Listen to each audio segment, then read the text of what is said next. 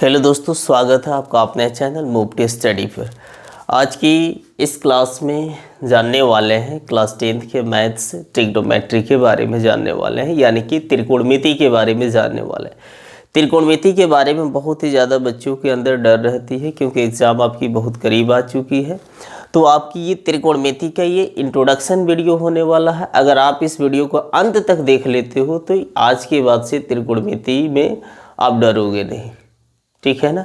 जैसे कि हमें क्या बनाना है, अगर आप ट्रिग्नोमेट्री को देख लो तो त्रिकोणमिति में अगर इस शब्द को देखते हो तो आप यहाँ पे देख सकते हो कि त्रिकोणमिति किससे किससे मिलकर बनी हुई है बच्चों। तो आप इस त्रिकोणमिति को देखोगे तो यहाँ पे देखो ये क्या है बच्चों, त्रि, और यहाँ पे क्या हो सकता है, ये हो गया कोण। क्या हो गया बच्चों, कोण। और ये क्या है, मिति। ये सब आपस में मिला है तो क्या बना है, त्रिकोणमिति। तो त्रि का मतलब क्या होता है, त्रि का मतलब होता है तीन। कोण का तो आप जानते हो, यानी कि ये हो गया कोण और ये हो गया मिति। क्या हो गया प्यारे बच्चों, ये हो गया मिति। हम यहाँ पे जानने वाले हैं तीन कोणों के उसके मापन के बारे में, यानी कि मिति का मतलब होता है मापन, यानी कि उसके तीनों कोणों के मापन के बारे में जानने वाले हैं। अगर इसका इंग्लिश वाले पॉइंट को देखोगे तो ये क्या होता है, ट्रिगोनोमेट्री, इंग्लिश में ही ना बोली जाती है। तो ट्री है और क्या है, गॉन, और किससे मिलकर बना है, मेट्रॉन। ट्री का मतलब होता है थ्री, क्या होता है प्यारे बच्चों, थ्री। गॉन का मतलब होता है साइड्स, यानी कि भुजा। और मेट्रॉन मतलब होता है मेजर, यानी कि मापन। उसकी तीन भुजाओं के माप के बारे में पढ़ने वाले हैं। आप यहाँ पे कहोगे सर आप यहाँ पे कोण बताए थे और यहाँ पे साइड यानी कि भुजा के बारे में बता रहे हैं। तो यहाँ पे जो हम रिलेशन समझने वाले हैं, संबंध समझने वाले हैं, कोण और साइड्स के बीच ही समझने वाले हैं। और फिर बात ये आती है कि ठीक है, तीन कोण और तीन साइड्स, एक किसका हो सकता है, एक त्रिभुज के बारे में बात कर रहे हैं। हाँ, हम एक त्रिभुज के बारे में ही बात कर रहे हैं, लेकिन ये कौन सा त्रिभुज होगा, चलिए देखते हैं। तो यहाँ पे जो त्रिभुज के बारे में बात कर रहे हैं वो कौन सा त्रिभुज है, जैसे कि आप देख सकते हो। अब देखो यहाँ पे, अब ये बताओ ये कौन सा त्रिभुज हो गया, इसको क्या बोली जाती है, ये आपका समकोण त्रिभुज हो गया। क्या हो गया प्यारे बच्चों, समकोण त्रिभुज। और समकोण त्रिभुज हम किसे बोलते हैं, जिस त्रिभुज का एक कोण क्या होता है, 90 डिग्री यानी कि 90 डिग्री होता है, उस त्रिभुज को समकोण त्रिभुज कही जाती है। ये जैसे कि ये जो कोण होता है, यानी कि ये जो 90 डिग्री जो बनाएगा, यानी कि जहाँ लंब बनाएगा उसके सामने वाले जो भुजा होगा हमेशा क्या होता है बच्चों, वो होता है कर्ण होता है। कर्ण को इंग्लिश में क्या बोली जाती है, हाइपोटेनियस बोली जाती है। क्या बोली जाती है प्यारे बच्चों, हाइपोटेनियस। और इससे एच से सूचित की जाती है, किससे की जाती है, एच से। और वहीं अगर मान लो यहाँ पे कोण बना रहा है, क्या बना रहा है, कोण बना रहा है, तो यह एक न्यून कोण होगा। न्यून कोण का मतलब क्या होता है, न्यून मतलब जिस कोण की वैल्यू क्या होती है, 90 डिग्री से कम होती है उसे न्यून कोण बोला जाता है। क्योंकि यहाँ पे 90 डिग्री बना लिए तो ये दोनों बनाएगा 90 डिग्री से कम ही, क्योंकि त्रिभुज के तीनों अंतर कोणों का योग क्या होता है, 180 डिग्री, यानी कि 180 डिग्री होता है। और ये जो कोण के सामने के जो भुजा होता है हमेशा क्या होता है, वो होता है लंब होता है। क्या होता है बच्चों, लंब। लंब को इंग्लिश में बोली जाती है परपेंडिकुलर बोली जाती है। क्या बोली जाती है बच्चों, परपेंडिकुलर, और इसे पी से सूचित की जाती है। और कोण के साथ जो भुजा होगा उसी को क्या बोला जाता है, आधार बोला जाता है। आधार अगर बोले तो इसको हिंदी में साइड बोला जाता है, सॉरी इसको क्या बोला जाता है, इसको बेस बोला जाता है। क्या बोला जाता है बच्चों, बेस बोला जाता है। और इसे बी से रिप्रेजेंट की जाती है, बी से सूचित की जाती है, ठीक है। अब देखोगे ये जैसे कि अगर ये कोण यहाँ बना रहा था तो ये लंब यहाँ हो गया। एक और त्रिभुज के आप देख लो कि यहाँ पे देखने से पता ये चलेगा कि आप देखोगे ये तो 90 डिग्री यानी कि ये तो लंब रहेगा ही, और अब एंगल यहाँ पे बना रहा है तो ये क्या हो जाएगा, ये कर्ण हो जाएगा। कर्ण को एच से सूचित की जाती है। कोण के सामने की भुजा क्या होती है, हमेशा लंब होती है। लंब को पी से सूचित की जाती है। और कोण के सामने की भुजा क्या होती है, आधार, और आधार को किससे सूचित की जाती है, बी से सूचित की जाती है। ठीक है ना बच्चों। और आपको इसमें बताई गई होगी, आपको पता होनी चाहिए, एक कर्ण में देखी जाती है, जैसे कि समकोण त्रिभुज है तो इसमें कर्ण का जो वर्ग होता है क्या होता है प्यारे बच्चों, इसमें अगर आप कर्ण का वर्ग करते हो एक किसके बराबर होगा, लंब का वर्ग, यानी क्या होगा बच्चों, लंब का वर्ग प्लस आधार के वर्ग के बराबर होगा। आधार के वर्ग, लंब का वर्ग और आधार के वर्ग के योग के बराबर होगा। तो हम कर्ण को किससे लिखते हैं प्यारे बच्चों, कर्ण को एच से सूचित की जाती है, हाइपोटेनियस, यानी कि H square equals P square plus B square होगा। यही ना होगा बच्चों। तो अगर आप चाहो तो इसे स्मॉल में भी लिख सकते हो, कोई दिक्कत नहीं है, H square equals P square plus B square. अगर हमें क्या निकालना है, अगर इस स्क्वायर को हटाते हो तो यहाँ पे रूट स्क्वायर बना लेगा, तो root square P square plus B square. अगर दूसरी हम अगर p निकालना होगा यानी कि लंब निकालना होगा तो रूट स्क्वायर इसमें क्या करना होगा, H square minus B square. दूसरा यहाँ पे अगर हमें b निकालना होगा यानी कि आधार निकालना होगा तो H square minus P square होगा। नहीं ना होगा बच्चों। अब जैसे कि आप यहाँ तक देख लिया, अब इसके बाद हम स्टार्ट करने वाले हैं, उस चीज़ों को भी काफ़ी ज़्यादा ध्यान देना होगा। ठीक है ना। अब जैसे कि हम समकोण त्रिभुज के बारे में समझे हैं, अभी क्या जाने हैं बच्चों, समकोण त्रिभुज के बारे में पढ़े हैं। समकोण त्रिभुज से जो रिलेटेड जो फार्मूला होता है इसको देखे हैं। अब हम जानने वाले हैं ट्रिग्नोमेट्रिक रेशियो यानी कि त्रिकोणमितीय अनुपात के बारे में पढ़ने वाले हैं। किसके बारे में पढ़ने वाले हैं, ट्रिग्नोमेट्रिक रेशियो। किसके बारे में पढ़ने वाले हैं बच्चों, त्रिकोणमितीय अनुपात। हिंदी में क्या बोली जाती है, त्रिकोणमितीय अनुपात के बारे में पढ़ने वाले हैं। किसके बारे में पढ़ने वाले हैं बच्चों, त्रिकोणमितीय अनुपात। त्रिकोणमितीय अनुपात में आपको ये 6 गो याद होनी चाहिए। एक होता है साइन थीटा, और एक क्या होता है कॉस थीटा, और ये होता है टैन थीटा। फिर एक और देखते हैं साइन कॉस टैन, उसके बाद होता है कॉट थीटा, एक होता है सेक थीटा, और क्या होता है प्यारे बच्चों, कॉसेक थीटा। अब जैसे कि आप देखते हो कि साइन थीटा का अगर निकालना होगा तो साइन थीटा इक्वल्स क्या होता है, पी बाई एच होता है। क्या होता है प्यारे बच्चों, पी बाई एच, यानी कि लंब बटे आधार होता है। वहीं कॉस थीटा निकालना होगा तो ये क्या हो जाएगा, बी बाई एच हो जाएगा। टैन थीटा निकालना होगा तो ये हो जाएगा पी बाई बी हो जाएगा। एक चीज़ आपको पता होनी चाहिए, जैसे कि अगर हम यहाँ पे 4/5 निकालें, 4/5 का व्युत्क्रम को इंग्लिश में इन्वर्स बोली जाती है, तो ये क्या हो जाएगा प्यारे बच्चों, 5/4 हो जाएगा, यानी कि इसका उल्टा। तो टैन थीटा जो होता है ना, एक कॉट थीटा का इन्वर्स होता है, कॉट थीटा टैन थीटा का होता है।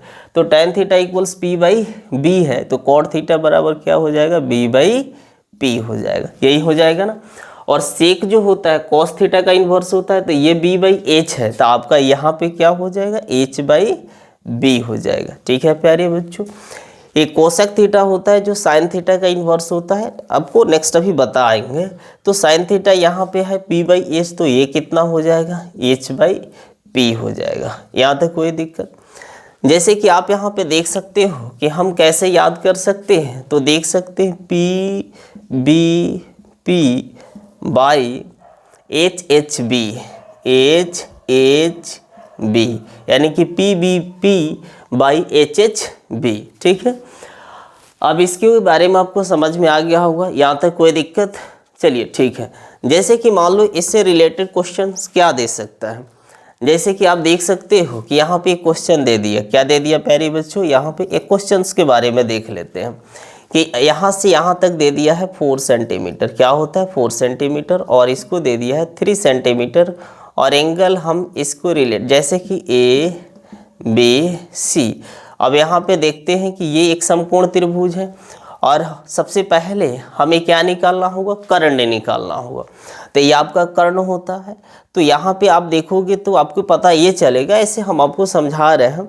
जैसे कि इसमें ये 90 डिग्री बना रहा है, तो हमें सबसे पहले आप देखो दिया क्या है, तो ए बी दिया है, ए बी को अगर देखें तो ये क्या हो गया, ए बी दी गई है 3 सेंटीमीटर, क्या दी गई है 3 सेंटीमीटर, और यहाँ पे बी सी जो दिया गया है, बी सी क्या होता है 4 सेंटीमीटर, और ये क्या है, लंब के सामने की भुजा हमेशा कर्ण होता है, तो कर्ण का जो वर्ग होता है यानी कि ए सी रूट स्क्वायर क्या हो जाएगा, ए बी का स्क्वायर प्लस बी सी का स्क्वायर। तो आप देख सकते हो कि ए बी स्क्वायर यानी कि आपका 3 स्क्वायर प्लस 4 स्क्वायर। तब हम यहाँ पे देखते हैं कि 3 3 जा 9 और 4 4 जा क्या हो गया 16। अगर ऐड करोगे तो रूट स्क्वायर 25 और ये हो गया 5, यही ना होगा बच्चों। तो ये क्या हो गया, इसका कर्ण कितना हो गया 5।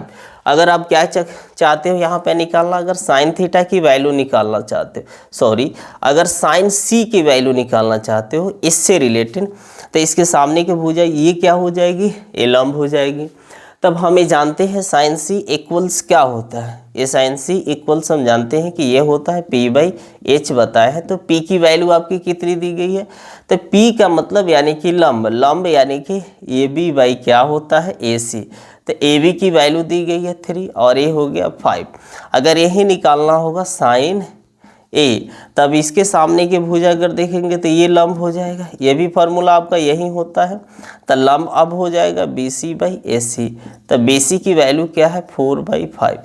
ऐसे करके आपको निकाल सकते हैं, आपको नेक्स्ट वीडियो में आएगी, अभी आपका इंट्रोडक्शन दी जा रही है। ठीक है प्यारे बच्चों, चलिए अब इसके बाद हम देखते हैं कि इसके बारे में कुछ ट्रिग्नोमेट्रिक टेबल होता है, जैसे कि साइन 60 का मान क्या होता है, साइन 40 का मान क्या होता है, साइन 45 का मान क्या होता है, हमें इसकी वैल्यू को कैसे निकाल सकते हैं।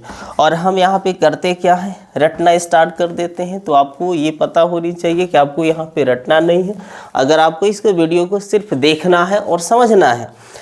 कि जैसे कि आप देख सकते हो कि हम यहाँ पे देखते हैं कि ये जो साइन थीटा होता है ये किसका इन्वर्स होता है, साइन थीटा जो होता है ये कॉसेक थीटा का इन्वर्स होता है। किसका होता है बच्चों, तो कॉसेक थीटा इक्वल्स क्या होता है 1/sin थीटा होता है।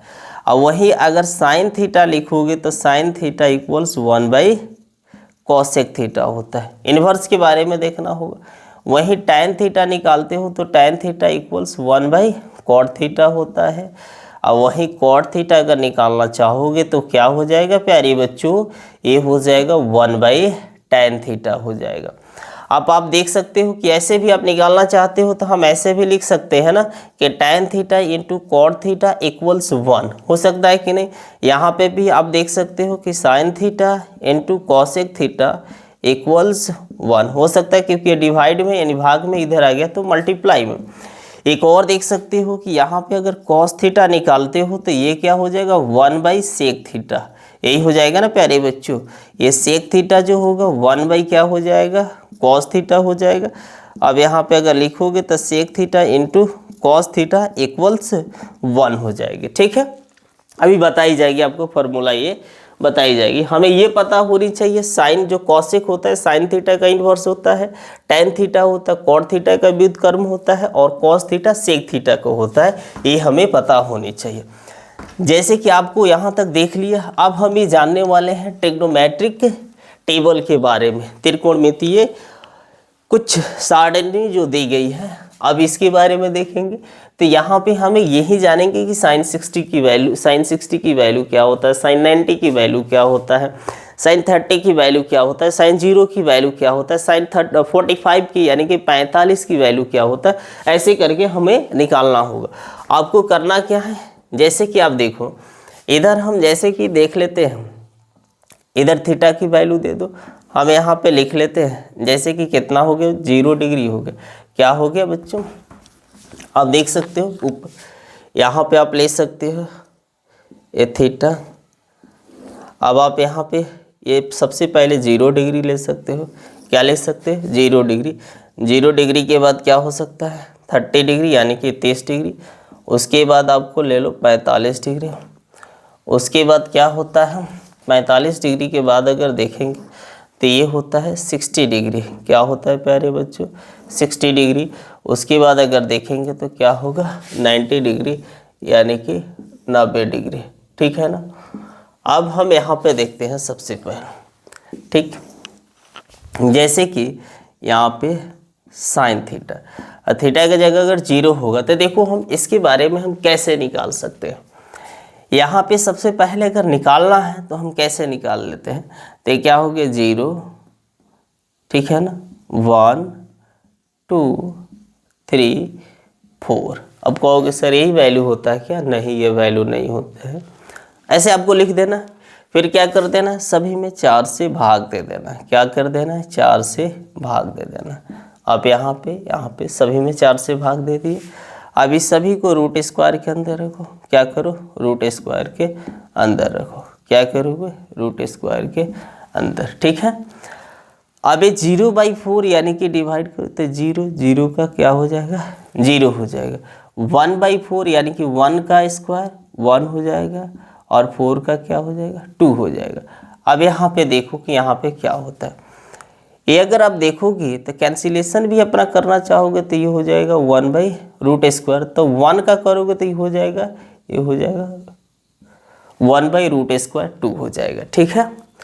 अगर आप इसमें देखोगे तो √3 का तो कोई होता नहीं, तो √3/4 का करोगे तो 2। और ये अगर इसका लिखना चाहोगे तो ये क्या हो जाएगा बच्चों, ये आपका हो जाएगा 1 हो जाएगा। याद हो गई होगी, एकदम आसान है निकालना।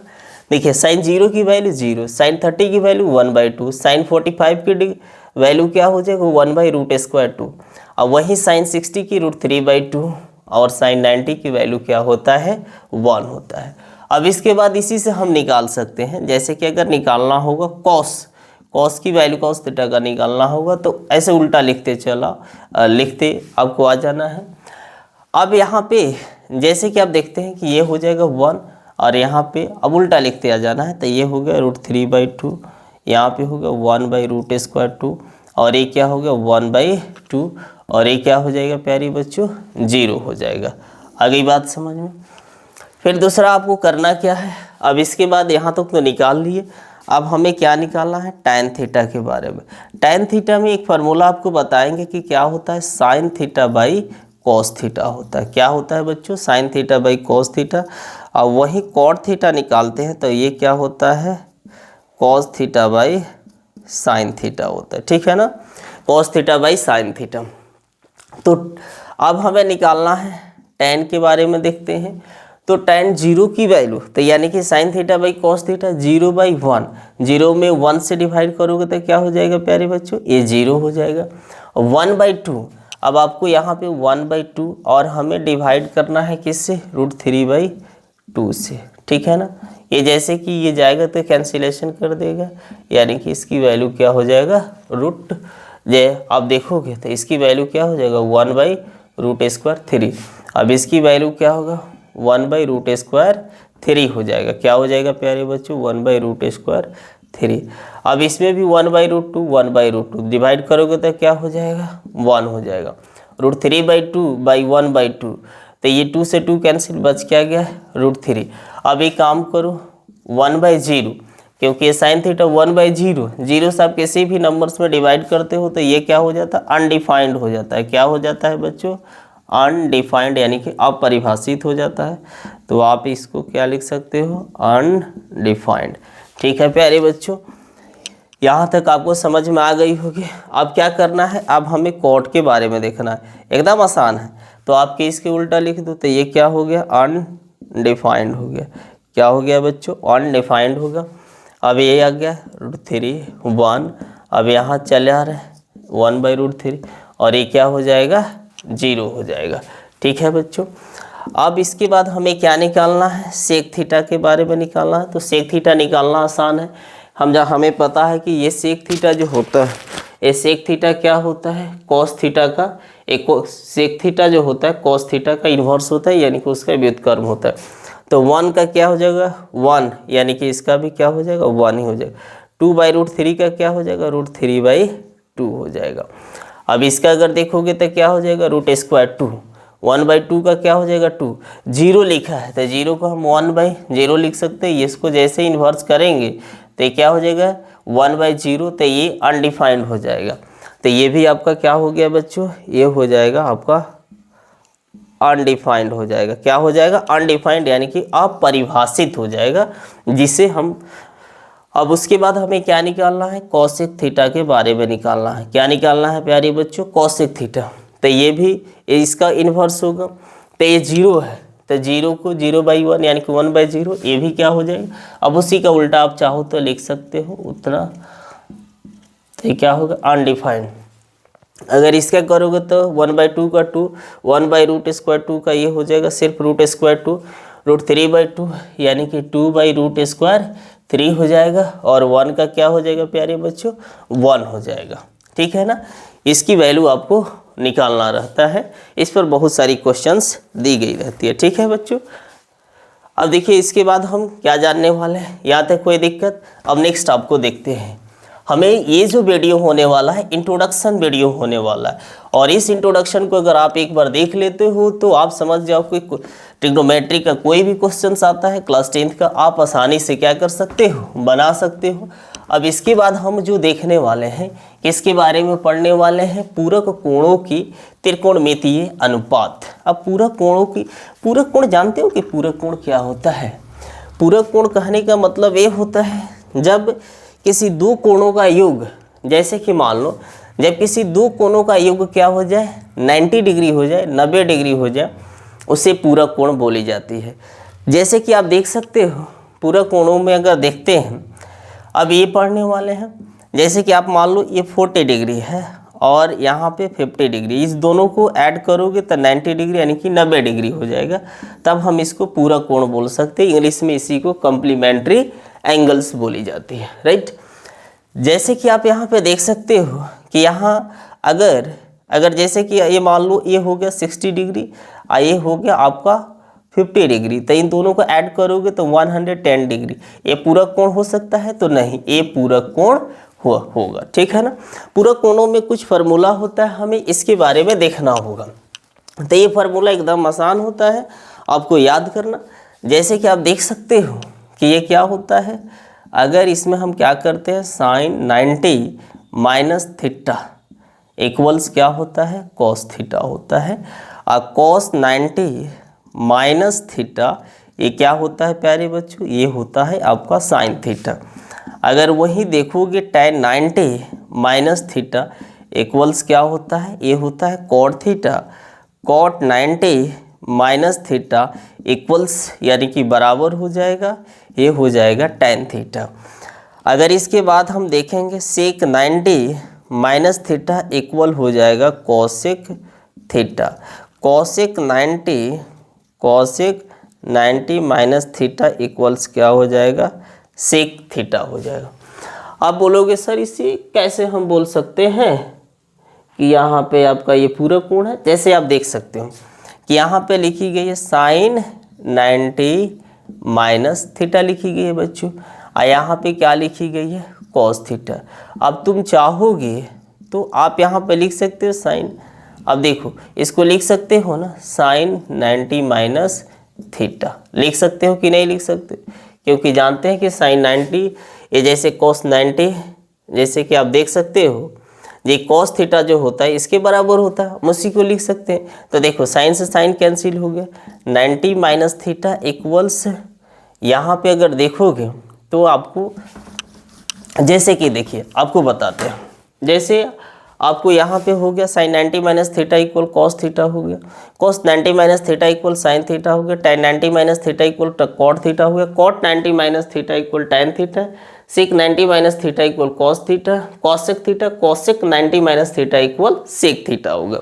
ठीक है, इसके बारे में हमें जानना होगा। जैसे कि आप देख सकते हो कि यहाँ पे दी गई है, मान लो sin 72 डिग्री बाई हमें क्या करना है, यहाँ पे दी गई है cos 18 डिग्री, इसकी वैल्यू क्या होगा हम कैसे निकालेंगे? इसमें एक किसी को चेंज करना होता है, तो ये अगर चाहोगे तो क्या आप लिख सकते हो प्यारे बच्चों 90 माइनस 80 डिग्री, यानी कि हम क्या कर सकते हैं, साइन 90 में से 18 डिग्री घटाएंगे तब 72 डिग्री होगा ना।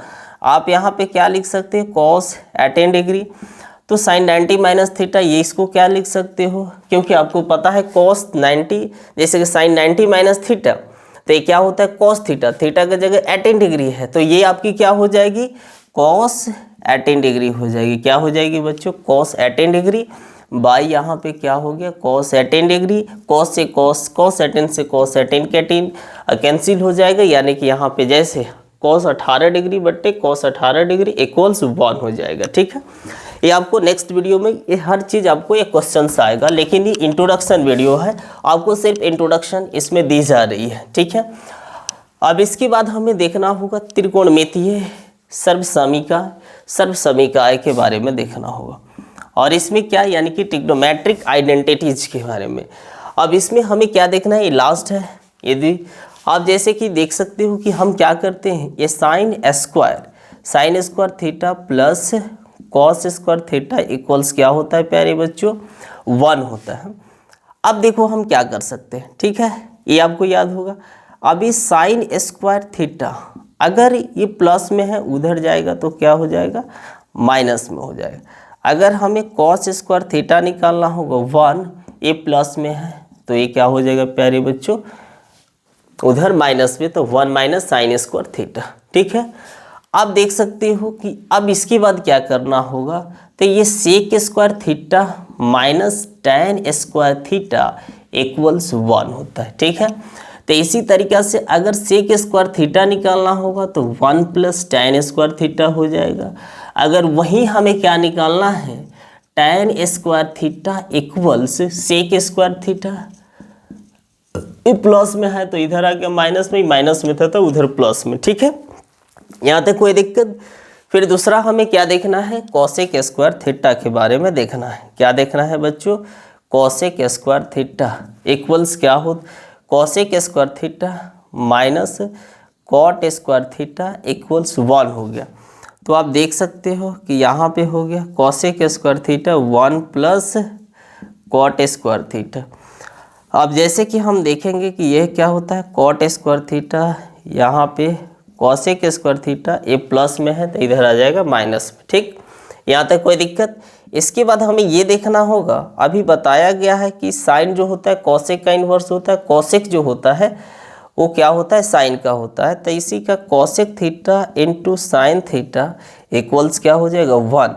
तब हम यहाँ पे देखेंगे कि cosec theta equals 1 by sine theta, तो साइन थीटा इक्वल्स क्या हो जाएगा? 1 बाई कॉसेक थीटा हो जाएगा। ठीक है बच्चों, इसके बाद अगर हम देखते हैं दूसरा क्या हो सकता है, अगर यहाँ पे देखेंगे सेक थीटा क्या हो जाएगा बच्चों? Sec theta into cos theta equals 1, और यहाँ पे सेक थीटा इक्वल्स 1 बाई ये हो गया कॉस थीटा, यहाँ पे कॉस थीटा इक्वल्स 1 बाई क्या हो जाएगा बच्चों?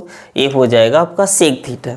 फिर एक और फॉर्मूला देख सकते हैं कि tan theta into cot theta equals होता है 1, tan theta equals 1 by cot theta. ठीक है ना, अब वही कॉट थीटा अगर निकालना हो जाएगा तो 1 बाई ये हो जाएगा टैन थीटा हो जाएगा। राइट, इसके बाद और देखते हैं कि इसके बाद और क्या फार्मूला हो सकता है। जितने भी फार्मूला होता है, जैसे कि एक और बताया गया है कि ये टैन थीटा इक्वल्स जो होता है ना वो क्या होता है, sine theta by cos theta, और कॉट थीटा इक्वल्स जो होता है वो क्या होता है प्यारे बच्चों? Cos theta by sine theta होता है। जैसे कि आपका पूरी इंट्रोडक्शन दी गई है त्रिकोणमिति का, अगर आप इस वीडियो को देख लेते हो पूरी तरीका समझ में आ गया होगा। अब आज आपको नेक्स्ट वीडियो में आएगा 8.1, 8.2, 8.3 एनसीईआरटी की पूरी सॉल्व यहाँ पे की जाएगी। ओके, अगर आपको जो समझ में नहीं आया होगा तो आप उसको कमेंट में लिख सकते हैं, फिर अगली क्लास में आपको बताई जाएगी। Okay, thank you.